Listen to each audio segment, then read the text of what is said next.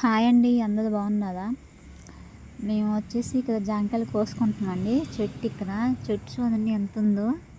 కొమ్మకు వచ్చేసి ఒక అటు ఇటు 10 కాయలు అట్లా ఉంటాయండి, అన్ని పిందులే. మేమైతే నిన్నే కోసుకున్నాం. ఆకలి మంట మీద ఆకలికి బాగా ఆకలి అవుతుందని కాయలు కోసుకుని తిన్నాం. నేను మా వాళ్ళు ఒక 4 బ్యాచ్ ఉన్నాం, మేమందరం కోసుకుని తిన్నామండి.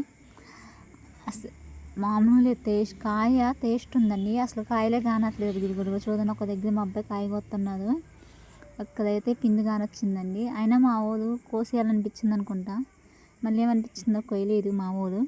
మా చిన్న అబ్బాయి సందుల్లో గొంతుల్లో నుంచి వస్తున్నారు. మా అబ్బాయి చేసిన తప్పు ఏంటంటే, అక్కడ ఉప్పులమ్మ ఎల్లమ్మ ఉందండి, తెలియకుండా చెప్పులు వేసుకుని వెళ్ళిపోయారు.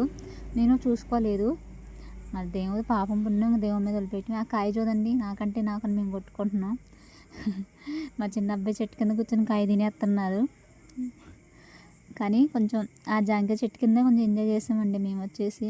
ఎందుకంటే జాంకాయలు కోసుకుంటూ నీకని చెట్టు ఎక్కటం మా పిల్లలు బాగా చేశారు.